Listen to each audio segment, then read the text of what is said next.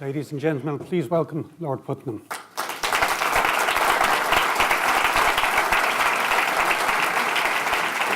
Thank you very much.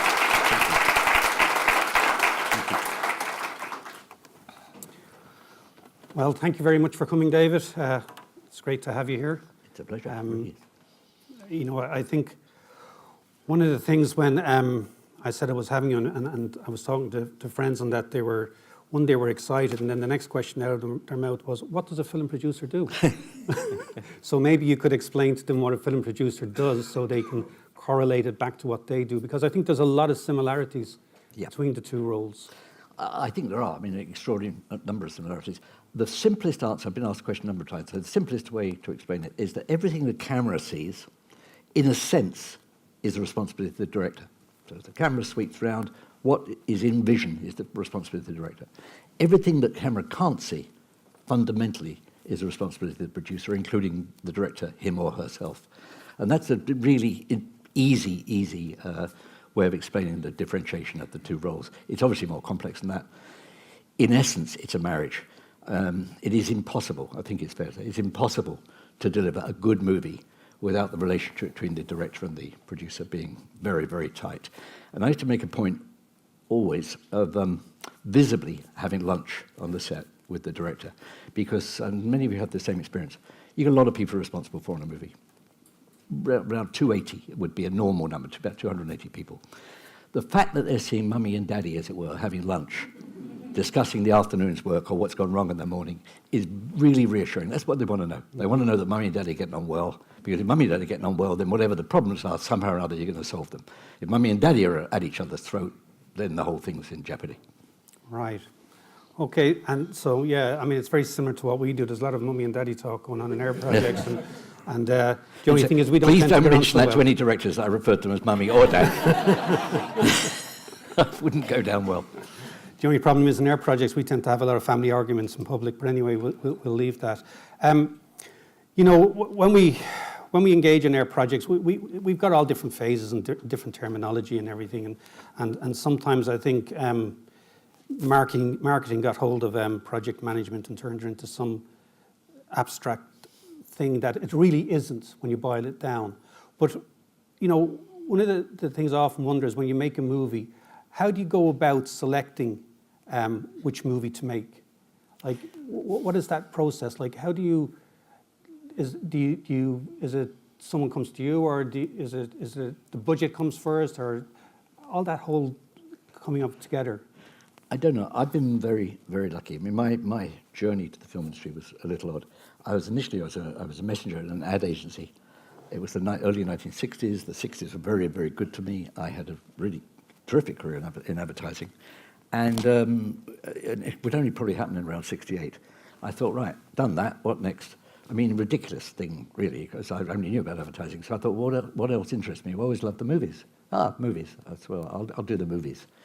I'll shorten the story as best I can. So I had an uncle who worked in a laboratory, and he was quite senior in the union. He fixed me up to go and see the head of the union. And I went in to see him, and very nice, gave me a cup of tea, and he said, well, you've got a union ticket. I said, no, I don't have a union ticket. I want to get into the film industry. He said, well, you can't be in the film industry if you've got a union ticket. I said, well, how do I get a union ticket? He said, well, you've got to be in the film industry to get a union ticket. So this conversation's not getting anywhere.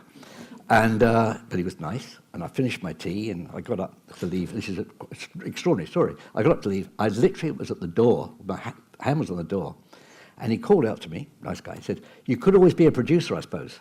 So I said, well, what? He said, so I went back, sat down, had a second cup of tea, and explained to me that producers didn't need tickets because they're employers. So I said, that's it. I'll be a producer. Thank you very much. If he'd at the door said, you can be a production designer, or editor, or cinematographer, that's what I would have been. I literally didn't, so I didn't really know what producers did. And I was a long, boring story, but Alan Parker was a friend of mine from as a kid, and we were in the same ad agency, and he was a writer, and I was supposed to be an executive. So I said, Alan, you're the only person I know who can write these stuff.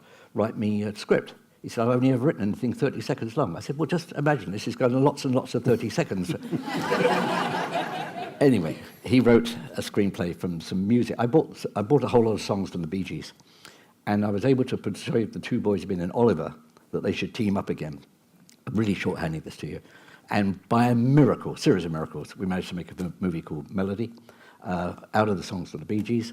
It didn't do very well in England. It was a total flop in America, but it broke every single box office record in Japan. And if anyone here can ever explain that to me, I will be forever grateful. Because that's what held me into the business. And I made another film to flop, and then by that time no one had realised I was making a flop, so I made another film that was a hit. And that was my third film, really. And the question that you ask is, where do they come from? So I made a decision very early on that the only person, if I was going to fail, I wanted to fail my own projects. I didn't want to fail because I'd taken someone else. I've done that in advertising. In a sense, that's why I'd escaped from advertising. I was always selling other people's products. So I started off working on the things I knew about. I knew about growing up the 60s. I did 2 movies, That'll Be There and Stardust, that proved to be very successful. And then one thing led to another. Alan Parker then says, hang on a second, I'm fed up the agency. I'd like to do what you're doing. So he wrote Bugsy Malone. And then we did Bugsy Malone together, and one thing led to another.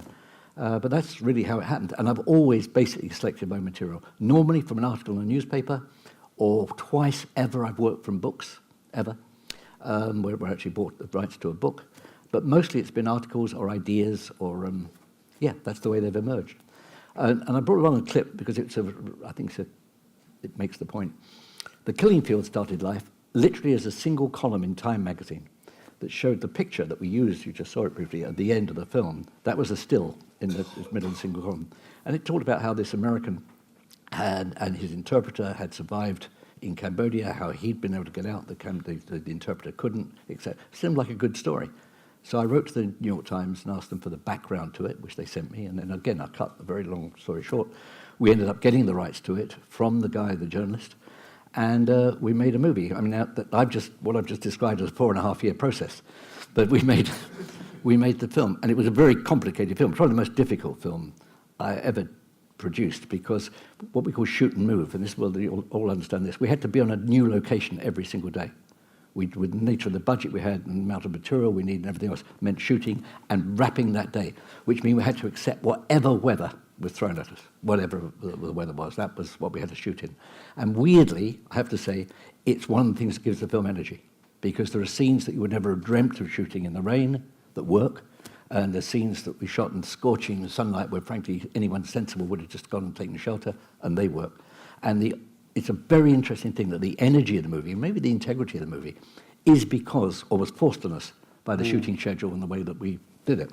So I just, I brought on a clip, and the other point I wanted to make here was, one of the hardest things in the world to depict is horror. So, for example, at the end of the film, when we're in a refugee camp in northern Thailand, I don't know if any of you have visited refugee camps, but they're not really quite what you imagine. You think they're going to be sort of tent slums, and they're not. What is amazing about human beings is how quickly they organise themselves. So when we were up in northern Thailand, they had little gardens, and it didn't look like a refugee thing. So what we needed to, how do you create horror? Well, you create horror in a sense, by metaphor. You're filming something which is not real, except that it's more than real. If any of you ever go to Phnom Penh and visit the 12 Sling prison or the actual killing fields, what you're met with is these vast glass jetties just stuffed with skulls. It is sort of meaningless. It is, as I said in my interview, it's like a piece of modern art. So we had to get beyond that and take you inside of it. Now, you may or may not think we succeeded, but that's what was the challenge there, and that's how we addressed it. Typically, when we're doing something in our world, it's creating an app, it's designing software, it's building a building, it's managing a conference. I mean, Yep. like the World Cup that just happened. I always give that an example to people of, these are projects that can never go beyond their deadline date, because the World Cup is going to happen on that date regardless. So just make sure it happens. But when it comes to the movies, because obviously you're still within the constraints of, you've got to get it within a certain time period. You have to have a certain budget. From the outset, is it just experience that guides you to how long this movie is going to take? I mean, I suppose what I'm really thinking about is that I won't say difficult actors. Let's say you've got very artistic actors who are probably a little bit more temperamental than the ordinary Joe or Joan Bloggs. how do you push that movie along to make sure it meets those deadline dates of getting it? Because obviously the longer they go on, it's not, maybe their fee doesn't go up, but the camera crew, the production crew, all that money keeps, the overheads are going up. Is there some way of, how do you manage that, or do you manage it? Well, it's actually a very interesting question because, and I teach a lot. So first of all, the biggest single inhibitor when I started was film stock. Film stock was extremely expensive. You had to decide how much you could buy, how much you could expose, how much process. So film stock was the blockage, if you like. So everything came down to we can afford, 50,000 feet, 75,000 feet, whatever it might be. That's gone. So the principal inhibitor that existed when I entered the industry just evaporated. It's now basically it's on a disc, and that cost is no longer there. Those costs have been replaced in a sense by special effects costs and other costs have come in.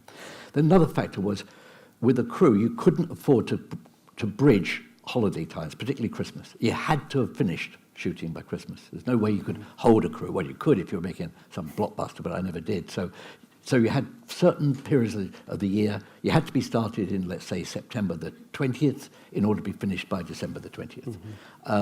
Or that meant you had to wait until January before you could start. So there were certain constraints there. And in terms of the actual budgetary process, well, in one sense, you get a feel for it.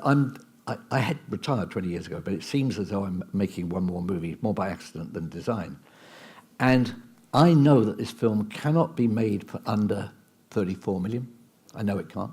And yet I know I can't raise more than 40. So I'm edging towards how do I do it for around 38. I'm free. You see, I really didn't know how to ask. And it was great. So you get a feel for it, and you do kind of know. So there's some stories you don't even attempt. Now, I did a movie years ago with Ken Russell, where literally half the money fell out 3 or 4 days before we were due to start shooting. And Ken Russell being Ken, I'm saying to him, well, should we get to cancel it? He said, no. He said, how much we got? I said, well, we were budgeted 360. We're going to make it. We got 180,000. We'll do it for 180,000, and we did. We drew a circle around where we were around our offices. And we agreed that nothing would be shot outside of that 15-mile radius because we couldn't. And a couple of guys went out and found us locations within 15 miles, and we did it. And the wonderful thing, it's a film called Marla. It's not a bad film at all, but there's a wonderful thing. I showed it to some Americans when it was finished. And we'd put up road signs. In fact, it was all shot around Kensal Rise in London. But we put up road signs, and one of the road signs I always remember was Emilienstrasse. And Marla walked along, and he walked past Emilienstrasse, which was the gas works, and turned right. And I was sitting there with these Americans, and so I said, honey, there's Emilienstrasse. You remember that? We were there. And I would say, no, it's Kensal Rise gas works. It's not Emilienstrasse at all. So you can fool some of the people some of the time. True. And that actually is what cinema is about. It's about artifice. And you ask about timing. I've never managed to get a movie on in, I think Local Hero was like 2 years and 2 months. Killing Fields was 4.5 years. And they've all fallen in that area. Chariots of Fire was 3.5 years. But you are working on things continually. So you're not sitting around waiting 4.5 years to start a film.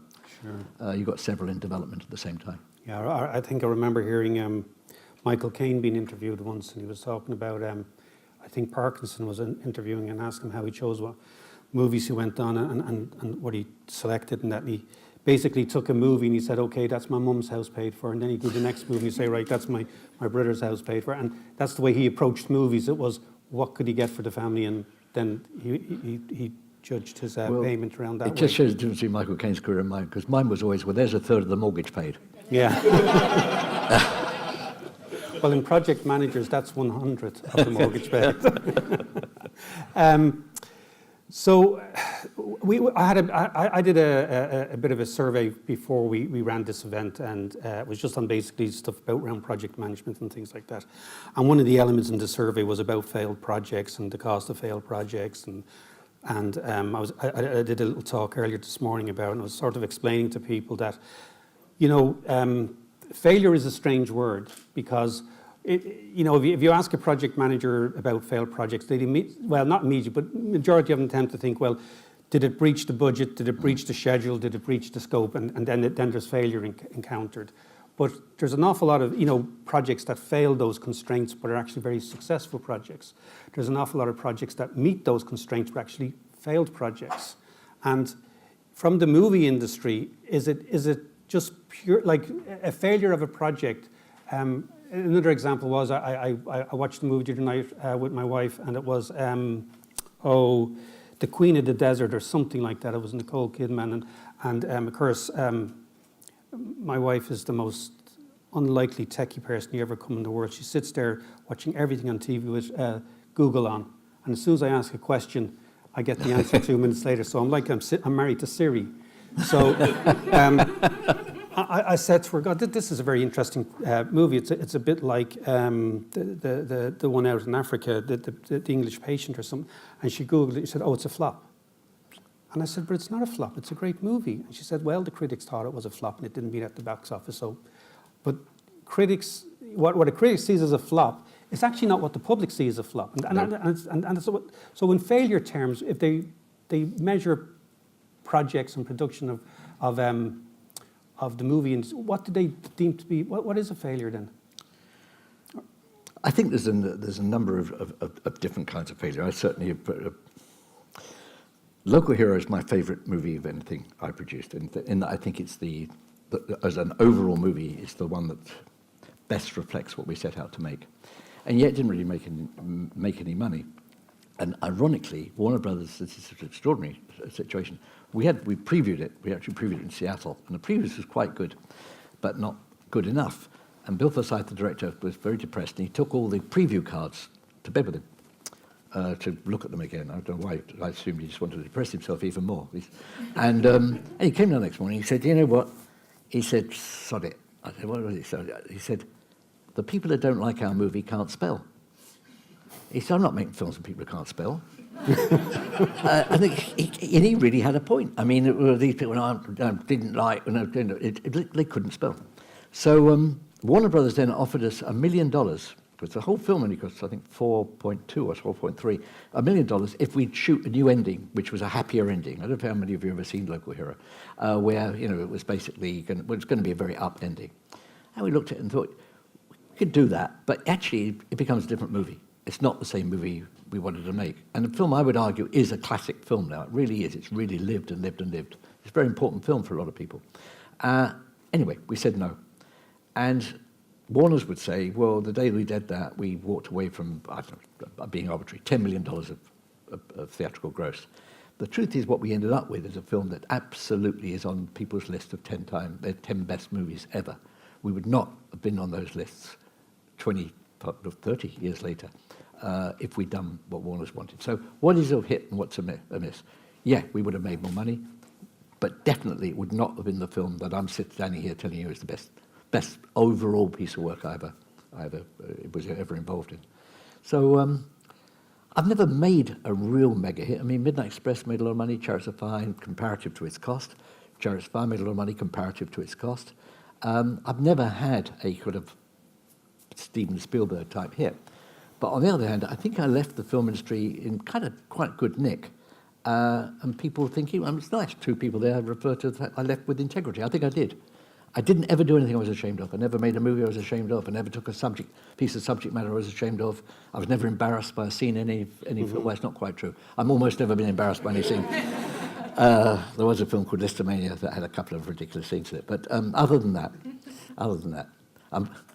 unfortunately, my parents saw it, which probably wouldn't hurt as much if they hadn't seen it.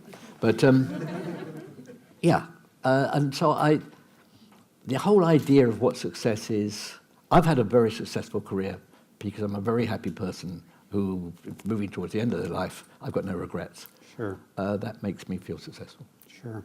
And I think, your work with UNICEF and that as well. I actually had Peter Power popped in to see us this morning because there's some of his people are upstairs, and I think we remeasure success as we get older in life.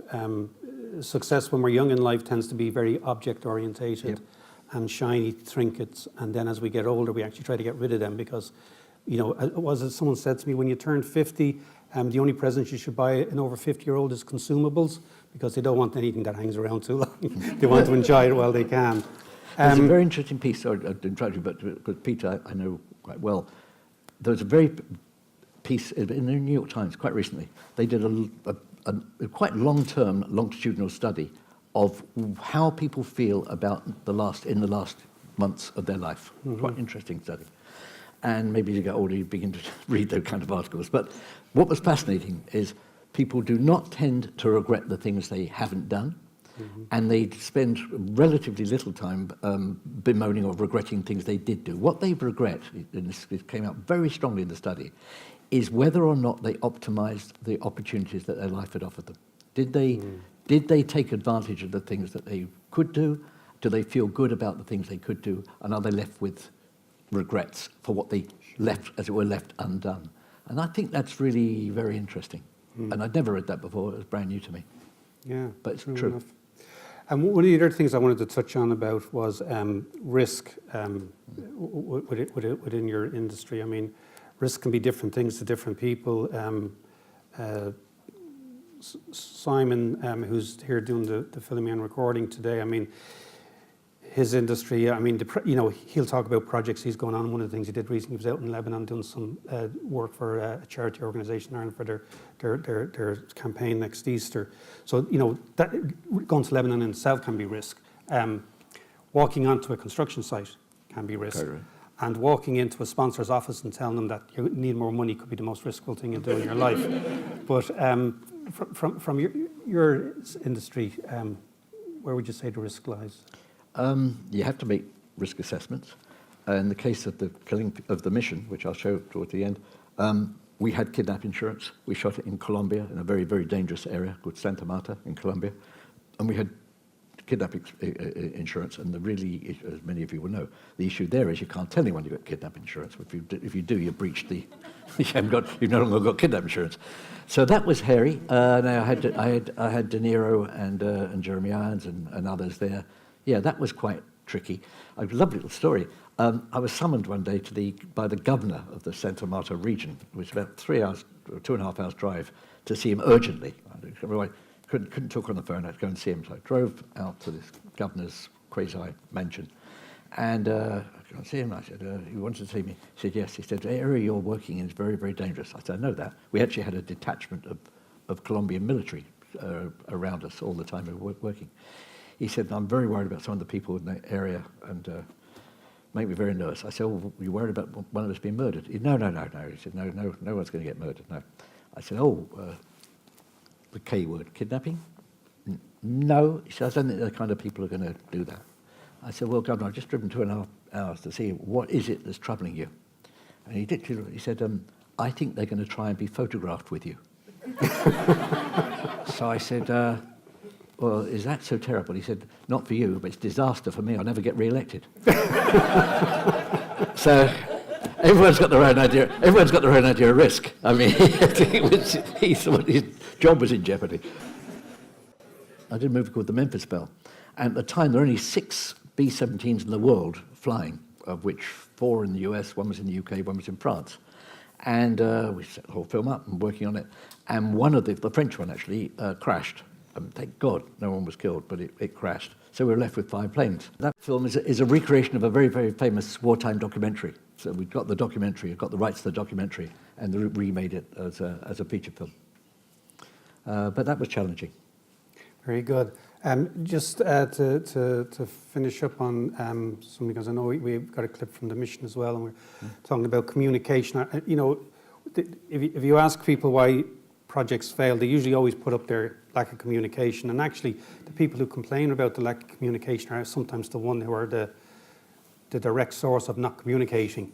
And I was just wondering in your field how that works, how the communication with the sponsors and things like that and stakeholders in the movie industry. Do you have as much problems as we do? Yes and no. I mean, one of the things that's really is interesting is that films are costing more and more money. And the means of communication within a unit and to the studios and everything else has never been easier. I mean, I've got a clip of me on Local Hero with a phone that's this big. This is not. I mean, it really is like a brick, and that was the only thing. And I'm standing at the top of a building in order to get a signal. And And yet I also then, prior to that, came from a pre-phone, certainly pre-mobile phone era, and yet we got these movies made. I mean, we were people on bits of paper on sticks, I suppose, but I mean, they got made. And today, when my daughter works in the movie industry, no one is without not just a mobile phone, but a walkie-talkie and everything else. It's interesting that there's never been more communication, and, according to my daughter, never less communication, in that people know, she said, you have no idea, Dad, how no one knows what they're doing, but they've got many, many more means of communicating. Communication's everything. And I think the other important thing, and we touched on it before, is clear lines of communication. You've got to know who the leader is. And the people have got to believe in the leader. And as I said, that business about having lunch with the director is very important. Lines of communication, lines of leadership, and trust. The key word is trust. People trusting the people they're working to. Film industry works on a pyramid basis. You hire a head of department, and you let that head of department hire their department. Why? Because within that pyramid is trust. And if anyone within that department lets the others down, they never work again. I mean, it is a very brutal business in that sense. That's it. So you're relying all the time. You're dealing with, let's say, 6, 7 department heads. They, in turn, are dealing with departments of various sizes. And this pyramid of trust is either working or, God forbid, it isn't. So I think communication and trust, actually, I think they're two sides of the same thing. Mm-hmm. They're the fundamental drivers, without any doubt. Very good. I know we've got to be finishing up just now, and I'm just wondering how, one of the things, because of the world we now live in, we work with dispersed teams all over different locations, different cultures, different languages. Everything is mixed into the mixing bowl all at once. Have you any stories to finish us off with on that note? Yes, I do, because I spent half my life, in a way, working through interpreters, as many of you will. I mean, a huge amount. That's also an issue of trust. Have you got an interpreter you can trust? But there was one extraordinary incident and I'm going to finish with a clip from the mission. One extraordinary incident on the mission where we had built, at enormous cost and great complexity, an entire village for an Indian tribe. And we built it along the banks of the river because the river was important to our story. But because we're stupid white men, we built it in the wrong place. And within days, literally, of finishing it, there was a flood and half the river got swept away. With the help of the tribe called the Wanana, we moved it to higher ground. And no sooner we moved it than we had an infestation of rats. Any of you ever experienced an infestation of rats? No. Not great. Doesn't help the process of work. And the tribe were less phased than we were. They kind of knew these things happened. So they said, look, we'd moved 1/3 of each of 3 tribes. Well, I don't know, there was one tribe, a village, 3 villages. We'd moved up to where we were shooting. But we hadn't moved the shaman. So they said, look, let's go downriver. We'll get the shaman. The shaman will sort this out, because we deal with this stuff all the time. Yeah. I said, so I'm on the phone to Bogota arranging a napalm strike or anything. How much? Well, I had various ideas what we might be able to do. But he obviously acquiesced. Off they went, pedaled down to get the shaman. My hotel was, I'm obviously to be 2 hours. I was 2 hours away from everything. My life's been spent 2 hours away from everything. So I drive back to the hotel. I get back to the hotel, and the shamans arrive. Go back and see the shaman. He's very nice. He says, yeah. He said, I think I can deal with this. He said, but there's a problem. It might take a while. He said, I've got to find the leader of the rats. Right. Because without the leader of the rats, I can't get... Oh, okay. I said, how long? He said, I have no idea. But you go back to your hotel again, and I'll let you know if I drive all the way back to the hotel. I get there's a message. Go back to the location. Good news. So now I've been away only 4 hours, maybe 5. I get back, no rats. Absolutely incredible, no rats. So the interpreter says that shaman says we were very lucky. Soon after you left, he found the leader of the rats, and he explained the problem. And the rats meant no harm, didn't. So we've established a little store for them for some food. It's about a mile away. You won't hear from them again. A lot of apologies, and it's fine, done. So I said to the interpreter, well, will you thank him very, very much indeed? This is fantastic news. Thank you so much. I said, but while he's here, I've got another problem. Maybe he could help us with it. He said, well, what's that? I had to explain to him that we're constructing other sets in the jungle up here. And my construction team are getting driven crazy by these giant mosquitoes, just eating us alive, and we're doing the best, but it's a real problem. Anything you can do to help us with the mosquitoes? So this is then translated to the shaman, who starts laughing, and he's laughing, and he's laughing so much he actually falls on the ground. He's roaring with laughter. So I said to the interpreter, what did I say? Did I say something wrong? He said, no, he thinks you're a really, really funny guy. I said, well, why does he think I'm a funny guy? He said, how could you ever think he could talk to a mosquito?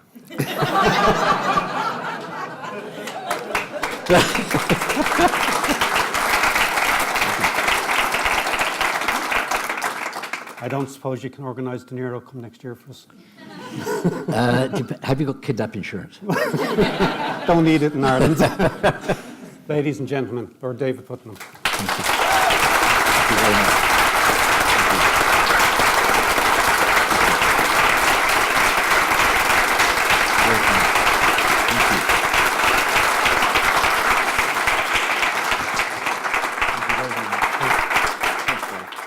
much. Thank you very much indeed.